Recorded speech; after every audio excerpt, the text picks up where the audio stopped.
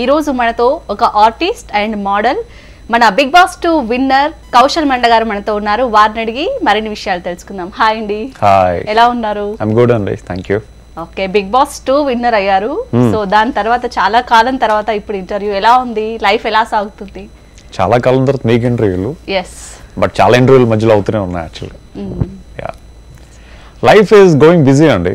అంటే నేను ఎప్పుడు ఫ్రీగా ఉండను, ఏదో ఒకటి చేస్తూనే ఉంటాను. సో ఫైనల్గా బిగ్ బాస్ తర్వాత బయటికి వచ్చిన తర్వాత చేసిన ఫస్ట్ ఫిల్మ్ బ్లాక్ అనమాట. అంటే బిగ్ బాస్ నుంచి బయటికి వచ్చిన తర్వాత ఒక మంచి రీమేక్ సినిమా తెలుగులో చేద్దామన్న సేఫ్ ప్రాజెక్ట్ అవుతుంది నాకు అన్న సర్చింగ్లో ఉన్న టైంలో సో నాకు మన black film director GB Krishna, మన పూరి జగన్నాథ్ గారి అసిస్టెంట్ అనమాట. సో అప్రోచ్ మీ అనమాట. సో అన్నయ్య, నేను ఇలా బ్లాక్ సినిమా బిగ్ బాస్లో మీ క్యారెక్టర్ని చూసి రాసుకున్న క్యారెక్టర్ ఇది, సో ఇది మీరు చేస్తేనే బాగుంటుంది.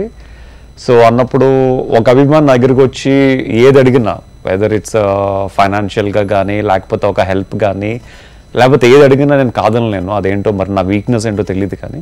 So when is ask me, so ఒక beautiful character almost like hero క్యారెక్టర్కి ఈక్వల్గా ఉంటుంది, మీరు తప్పకుండా మీరు కన్ఫర్మ్గా చేయాలి, మీరు చేస్తేనే బాగుంటుంది, మిమ్మల్ని దృష్టిలో పెట్టుకుని రాసుకున్న క్యారెక్టర్ అన్న వెంటనే నేను I said definitely I'll do it అని చెప్పాను.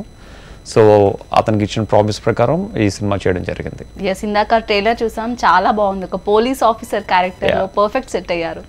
సో అలాగే వైజాగ్ నుండి హైదరాబాద్ జర్నీ ఎలా సాగింది? 20 years నుంచి ఉన్నారు కదా ఇండస్ట్రీలో. అంటే ఇట్స్ డెఫినెట్గా హైదరాబాద్ నుంచి ప్రతి ఒక్కరు, వైజాగ్ నుంచి ప్రతి ఒక్కరు హైదరాబాద్ ఒక కళలతో వస్తూ ఉంటారు ఏదో సాధించాలని. సో అలాగే నేను వచ్చాను అండ్ డెఫినెట్గా నేను అనుకున్న దానికన్నా ఎక్కువ సాధించాను. ఓకే. అండ్ డాడీ కూడా నాటక రంగంలో చాలా పేరుగాంచారు. సో మీరు ఇండస్ట్రీలోకి రావడానికి ఎవరు హెల్ప్ చేశారు మెయిన్గా? అంటే డాడీ సపోర్ట్ ఉందా లేకపోతే మీరే ఓన్? అంటే మేమందరూ ఇండివిజువల్స్ అండి. ఎవరు ఇండివిజువల్గా వాళ్ళు ట్రై చేసుకుంటూ ఉంటారు, ఎవరి మీద వాళ్ళు డిపెండ్ అవ్వరు అనమాట ఎక్కువ యాక్చువల్గా. అంటే ఈవెన్ మా తాతయ్య గారు కూడా జగ్గయ్య గారి టైంలో he is also an actor. So మా father is all India best actor 3-4 times వచ్చింది తనకి అవార్డ్స్ అనమాట. సో నేను మోడలింగ్ నుంచి యాక్టింగ్ రావడం జరిగింది అనమాట. సో ఆబ్వియస్లీ నేను మోడలింగ్ త్రూ యాక్టింగ్ వచ్చాను కాబట్టి నేను నా ఫస్ట్ ఫిల్మ్ రాజ్కుమారుడు రాఘవేంద్ర గారి సర్కిల్లో అలా చేసుకుంటూ నేను ఈ స్టేజ్కి వచ్చాను. స్టార్టింగే మహేష్ బాబు గారితో రాజ్కుమారుడు మూవీతో ఎంటర్ ఇచ్చారు. ఎలా అనిపిస్తుంది అప్పుడు? Yeah, it's good. యాక్చువల్గా నేను హైదరాబాద్ వచ్చిందే అప్పుడు రాఘవేంద్ర గారు పరదేశ సినిమాకి అంబికా స్టార్ 2000 కంటెస్ట్ అని ఒక కాంటెస్ట్ పెట్టారు. అందులో ఎన్నో లక్షల అప్లికేషన్స్లో ఒక 10 మందిని సెలెక్ట్ చేయడం జరిగింది. ఆ 10 మంది అబ్బాయిల్లో నేను, అమ్మాయిల్లో మన లయ గారు, ప్రతీష, ఝాన్సీ గారు వీళ్ళందరూ ఉన్నారనమాట యాక్చువల్గా. సో ఆ 10 మందిలో నేను ఒక అబ్బాయిని అనమాట. సో అలాగే ఇండస్ట్రీకి రావడం జరిగింది. సో ఆ సినిమా తర్వాత రాఘవేంద్ర గారు, మహేష్ బాబు గారి డెబ్యూట్ ఫిల్మ్ రాజ్కుమార్లో నాకు ఛాన్స్ ఇవ్వడం జరిగింది. ఫస్ట్ మోడలింగ్ చేయాలని ఆలోచన ఎప్పుడు వచ్చింది మీకు? అంటే కాలేజ్ డేస్లోనే వచ్చిందా లేకపోతే కాలేజ్ అయిపోయాక ఎలా వచ్చింది ఫస్ట్? అంటే చిన్నప్పటి నుంచి అంటే అప్పుడు ఈ గూగుల్లో ఇవేమి ఉండేది యాక్చువల్గా. అంటే ఒక మోడల్ అవుదాం అంటే మనం బ్రౌజ్ చేసుకుని ఏదైనా చేయాలంటే అప్పుడు ఏంటంటే మాకు మా టౌన్షిప్ ఉండదు. ఐ బోర్న్ అండ్ బాటప్ ఇన్ ఒక BHP టౌన్షిప్ అని ఒక టౌన్షిప్లో. సో అక్కడ ఏంటంటే మాకు లైబ్రరీ ఉండదు అనమాట. ఆ లైబ్రరీలో ఏంటంటే మ్యాగజైన్స్ ఉండేవి. ఆ మ్యాగజైన్స్ నేను చూస్తూ ఉంటే నాకు మోడల్స్ ఫొటోస్ ఎక్కువ కనిపిస్తూ ఉంటాయి అనమాట. సో మనం ఎందుకు ఇలా ట్రై చేయకూడదని చెప్పి అందులో నాకు కావాల్సిన ఫొటోస్ అన్ని చింపుకుని ఒక ఫైల్ లాగా తయారు చేసుకుని నేను ఆ ఫైల్ ప్రకారం క్లాత్స్ తీసుకుని డ్రెస్సులు కుట్టించుకుని ఫోటో స్టూడియోకి వెళ్ళి నాకు ఇలా ఫోటో కావాలని చెప్పి తీపించుకుని అందులో కొన్ని ఫొటోస్కి గ్రాసి మిస్టర్ ఇండియాకి పంపించడం, మిస్టర్ ఇండియాకి సెలెక్ట్ అవ్వడం, అక్కడ నుంచి మోడలింగ్ కెరియర్ స్టార్ట్ అయింది అనమాట. ఓకే, మరి మోడల్ అవ్వాలన్నప్పుడు ఇంట్లో వాళ్ళ పేరెంట్స్ హెల్ప్ ఏ విధంగా ఉండేది? మా ఫాదర్ తీసుకొచ్చి ఇచ్చారు యాక్చువల్ పేపర్ కట్, ఇలాగా మిస్టర్ ఇండియా కాంపిటీషన్ అంట అప్లై చేయని చెప్పి. సో అప్పుడు మా సిస్టర్ మ్యారేజ్కి ఏవో 10 reels ఏవో మిగిలిపోతే అందులో మిగిలిపోయిన రీల్తో నేను క్యాజువల్గా తీసుకుని ఫోటో పంపించాను, అది సెలెక్ట్ అయింది. అక్కడి నుంచి నా కెరియర్ మారిపోయింది అనమాట. ఓకే, అలాగే నీలిమ గారి సపోర్ట్ ఏ విధంగా ఉంటుంది? నీలిమ గారి సపోర్ట్ అంటే తను ఎప్పుడు సపోర్ట్ చేస్తూనే ఉంటుంది. కాకపోతే నాకు మాత్రం బిగ్ బాస్ 2 ఆఫ్టర్ విన్ తర్వాత తను బయటకు వచ్చారంటే మాట్లాడటం కెమెరా గురించి చాలా డేర్ గా. తను యాక్చువల్గా చాలా నెమ్మదస్తురాలు, అమాయకురాలు. బిగ్ బాస్లో తను ఏంటంటే నన్ను చూసి అలా నేర్చేసుకుంటుంది అనమాట యాక్చువల్గా. తను మ్యారేజ్ అయిన దగ్గర నుంచి she learn everything seeing me అనమాట. అంటే నేనేం మాడతానో తను కూడా అదే మాట్లాడడం, అలాగే కాన్ఫిడెన్స్తో మాట్లాడడం ప్రారంభించింది. అండ్ బయటకు వచ్చిన తర్వాత ఇంకా కాన్ఫిడెన్స్ లెవెల్స్ తనకి ఎక్కువయ్యాయి. సో ఆబ్వియస్లీ నేను బయటకు వచ్చిన తర్వాత నాతో పాటు తిరిగి తనకు కూడా అలవాటు అయిపోయింది. అలాగే ఇంట్లో పిల్లలతో ఎలా టైం స్పెండ్ చేస్తారు? ఎందుకంటే మీకు ఇటు మోడలింగ్ అండ్ ప్రొడక్షన్ హౌస్ ఇవన్నీ ఉన్నాయి కదా, ఇప్పుడు యాక్టింగ్ చేస్తున్నారు. అంటే ఇవి ఎంత బిజీ ఉన్నా పిల్లలతో మాత్రం ఐ స్పెండ్ మాక్సిమం టైం అండి యాక్చువల్గా. ఎందుకంటే ఆబ్వియస్లీ దేవుడు మనకి ఒక 2 రెస్పాన్సిబిలిటీస్ ఇచ్చినట్టు, ఆ రెస్పాన్సిబిలిటీస్ చూసుకోవాల్సిన బాధ్యత మంది కాబట్టి I will take care of them more than me actually.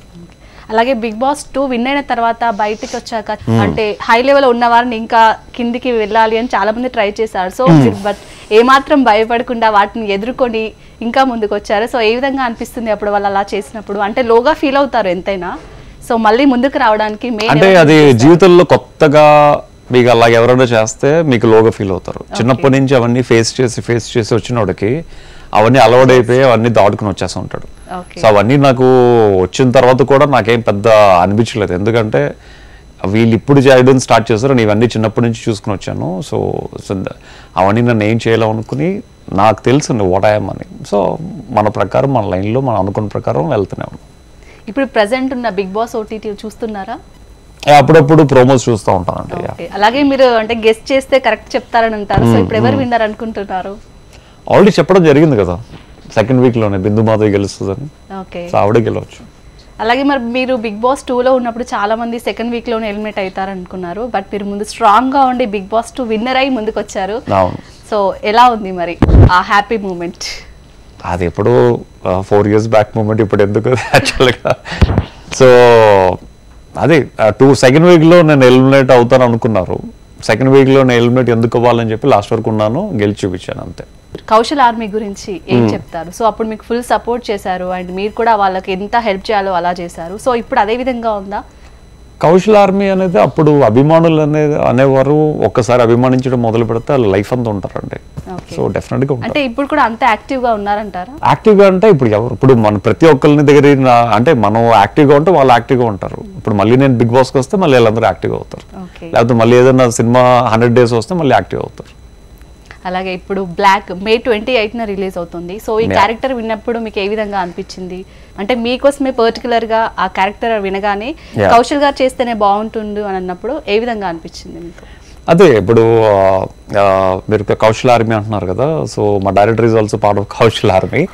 So తను ఎప్పుడైతే క్యారెక్టర్ చెప్పాడో and I felt really happy actually. అంటే నన్ను దృష్టిలో పెట్టుకుని నా పేరుతో రాసుకున్న క్యారెక్టర్ కాబట్టి అది నేను చేస్తేనే జస్టిస్ చేసినట్టు అవుతుంది, తనకి కూడా ఒక లైఫ్ ఇచ్చినట్టు ఉంటుంది. అండ్ తను ఏదైతే ఇప్పుడు యూజువల్గా వాళ్ళు క్యారెక్టర్ రాసుకున్నప్పుడు మనల్ని 100% మైండ్లో పెట్టుకుని రాసుకుంటారు.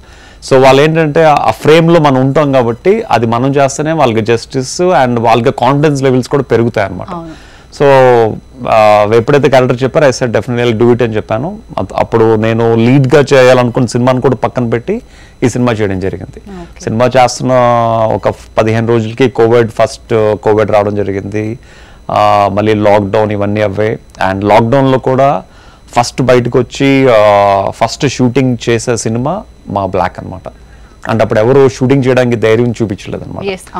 అంటే అప్పుడు మేము అందరి చేత టెస్టులు చేయించి లొకేషన్లో ఒక అంబులెన్స్ పెట్టి అండ్ మొత్తం స్టాఫ్ అందరినీ పెట్టి షూటింగ్ చేయడం జరిగింది.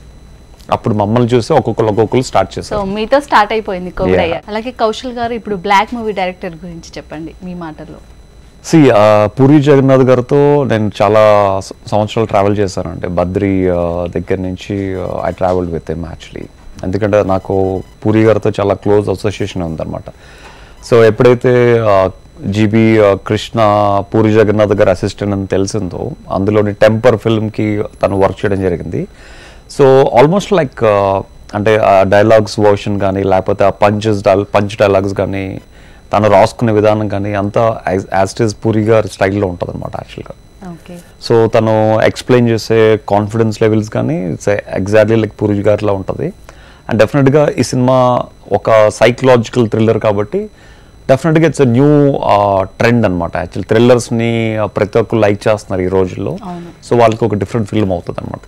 అలాగే హీరో ఆది గారితో వర్క్ చేయడం ఏ విధంగా ఉంది ఈ మూవీలో? అంటే అది సాయి కుమార్ గారితో నేను నరహరి సినిమా వర్క్ చేయడం జరిగింది. ఆ సినిమా షూటింగ్లోనే మా మదర్ చనిపోవడం జరిగింది. సో నాకు ఆ సినిమా అంటే మర్చిపోలేను ఎక్కువ అనమాట. ఎందుకంటే ఒక ఎమోషనల్ మూమెంట్ ఆ సినిమా షూటింగ్ మధ్యలో జరిగింది కాబట్టి. సో మళ్ళీ ఒక సెకండ్ లైఫ్ వచ్చిన తర్వాత మళ్ళీ వాళ్ళ అబ్బాయితో యాక్ట్ చేయడం అనేది it's different experience.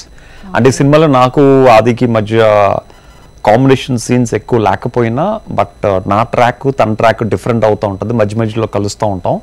But it's నాది టోటలీ ఇండివిజువల్ డిఫరెంట్ ట్రాక్ అనమాట యాక్చువల్లీ. ఓకే.